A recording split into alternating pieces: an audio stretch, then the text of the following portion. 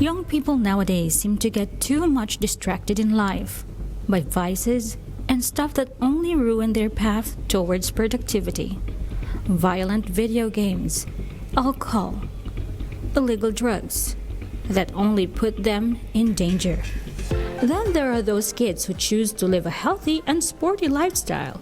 Guided by their parents, they choose sports over vices, just like sisters Vanny and Tori. At their young ages, the discipline they learn in tennis training has become part of their daily grind. On training days, I'd wake up at 4:30 a.m.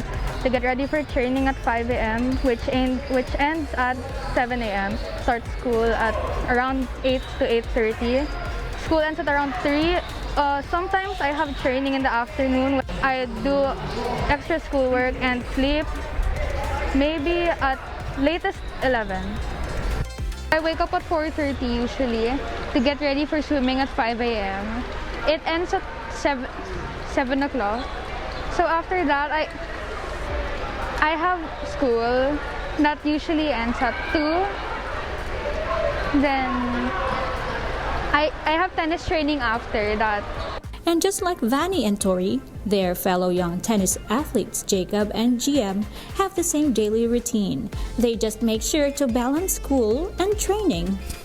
Gigising ng maaga, 5 a.m., 5 or 6, then magte-training ng 2 to 3 hours, then breakfast before school.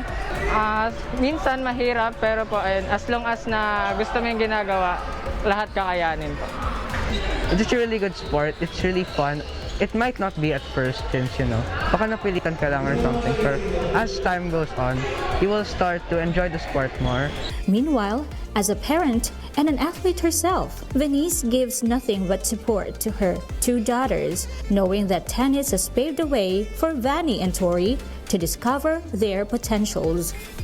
Sport, for me, is one of the best way to teach discipline to a child. I make sure that they are obedient kasi dapat, second parent nila ang coach when it comes to training, so they have to learn how to obey and listen to their coach.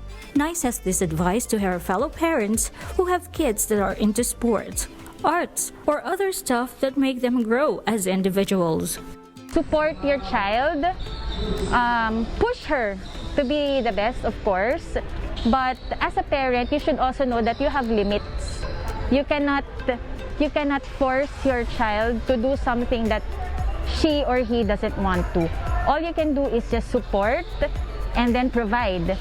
And as the second parent of athletes on the court, tennis coaches eye the growth of the kids' athleticism while instilling discipline.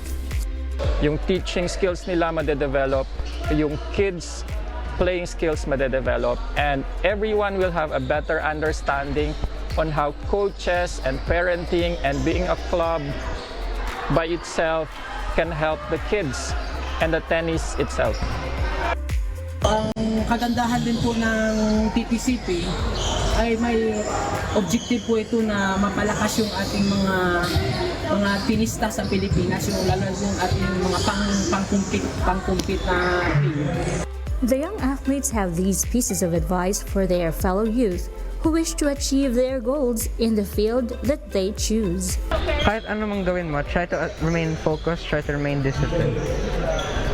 You won't achieve anything if there's no goal. Focus on improving yourself since you're the one to beat. The best advice is always do your best.